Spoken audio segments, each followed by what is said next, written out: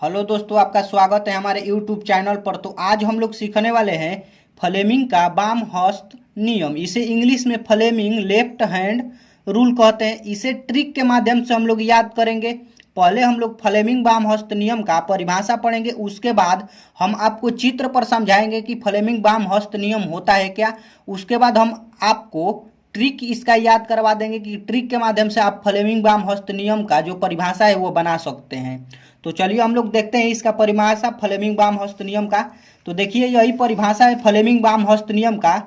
यदि हम अपने बाएं हाथ की 3 अंगुलियों, अपने बाएं हाथ माने हमें बायां हाथ का प्रयोग करना है, क्योंकि बाएं हस्त नियम है तो बायां हाथ का प्रयोग करना है। अपने बाएं हाथ की 3 अंगुलियां मध्यमा, तर्जनी तथा अंगूठा को परस्पर लंबवत फैलाएं।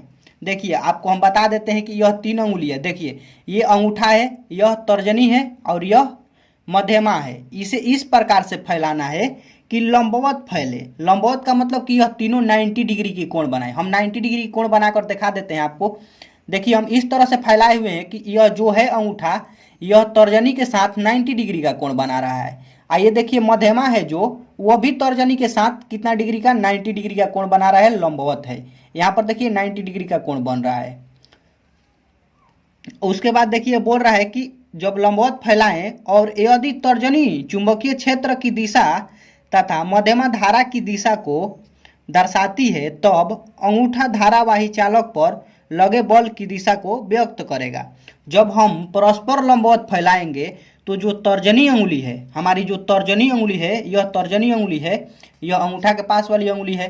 तो ये तर्जनी अंगुली किसका, चुंबकीय क्षेत्र की दिशा को निरूपित करेगी। और जो मध्यमा अंगुली है, यह मध्यमा अंगुली है, यह क्या करेगी, धारा की दिशा को दर्शाएगी। तब अंगूठा है जो धारावाही चालक पर लगे बल की दिशा को व्यक्त करेगा। जो हमारा अंगूठा है वह धारावाही चालक पर लगे बल की दिशा को निरूपित करेगा। तो हम देखिए लाइट कटा है, लाइट बार लेते हैं, उसके बाद आपको नीचे हम ले चलते हैं समझाने के लिए। तो देखिए, हम यहाँ पर बनाए हुए हम चित्र भी बनाए हैं कि इस चित्र के माध्यम से आप समझ सकते हैं कि जो अंगूठा है, अंगूठा के जस्ट पास वाली अंगुली तर्जनी होती है और तर्जनी के जस्ट पास वाली अंगुली मध्यमा होती है। और हम ये बाएं हस्त नियम है तो बायां हाथ का प्रयोग करना है। आपको यह याद रखना है कि बाएं हस्त नियम में बायां हाथ का प्रयोग होता है। तो इसे हम यहाँ पर देखिए, इस चित्र पर आपको समझाते हैं कि जो अंगूठा है वह बल की दिशा को निरूपित करेगा और जो तर्जनी है वह चुंबकीय क्षेत्र की दिशा को निरूपित करेगी। जो मध्यमा है वह धारा की दिशा को निरूपित करेगी। जो बल को हम लोग क्या से सूचित करते हैं, एफ से। चुंबकीय क्षेत्र को बी से और धारा को आई से सूचित करते हैं। यहाँ पर भी लिख दिए हैं कि जो अंगूठा है वह बल मतलब कि एफ की दिशा को निरूपित करता है। तर्जनी है जो चुंबकीय क्षेत्र की दिशा को निरूपित करती है, इसे बी से सूचित करते हैं। और जो धारा का निरूपित करता है वो मध्यमा अंगुली होती है, इसे आई से सूचित किया जाता है। इसे हम लोग ट्रिक पर अब याद करते हैं। ट्रिक से आप परिभाषा बना सकते हैं, मन से, अपने मन से बना सकते हैं। तो ट्रिक में आपको सिर्फ याद रखना F V I. F V I मतलब कि बल, चुंबकीय क्षेत्र, आई से धारा, क्योंकि बी से चुंबकीय क्षेत्र निरूपित होता है, आई से धारा और एफ से बल। तो देखिए, आप परिभाषा कैसे बना सकते हैं, आपको कैसे लिखना है, देगा सीधा कि बायां हस्त नियम का परिभाषा आप लिखिए। तो आपको लिखना है, सिर्फ एफ बी आई याद रहेगा तो आप परिभाषा लिख सकते हैं।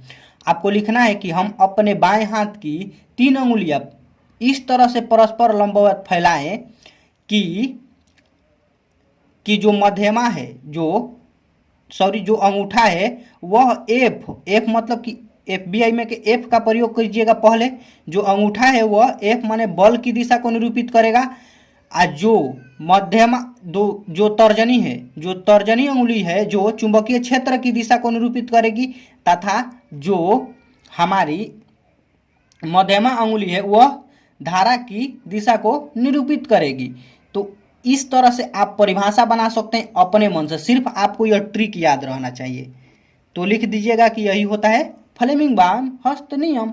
तो आप परिभाषा सिर्फ अपने मन से बना सकते हैं। तो आशा करते हैं कि आपको फ्लेमिंग बाम हस्त नियम ट्रिक के माध्यम से भी हम समझा दिए हैं अच्छी तरह से। आप इसको जितना बार, मान लीजिए कि 2 बार 3 बार वीडियो देख लीजिएगा, तो आपको कंठस्थ याद हो जाएगा कि फ्लेमिंग बामहर्स्ट नियम क्या होता है। आपके परीक्षा में, हर परीक्षा में 1-2 बार जरूर पूछा हुआ यह क्वेश्चन है, बहुत बार पूछा जा चुका क्वेश्चन यह है। आप जाइएगा, अगर आया रहेगा यह क्वेश्चन आपके एग्जाम में तो आप 100% मैं गारंटी के साथ बोलता हूं कि अगर आप ये वीडियो देखे हैं तो आप इसे लिख सकते हैं। तो चलिए, वीडियो अंत तक देखने के लिए थैंक यू। ज़रूर हमारे चैनल को सब्सक्राइब कर लीजिएगा।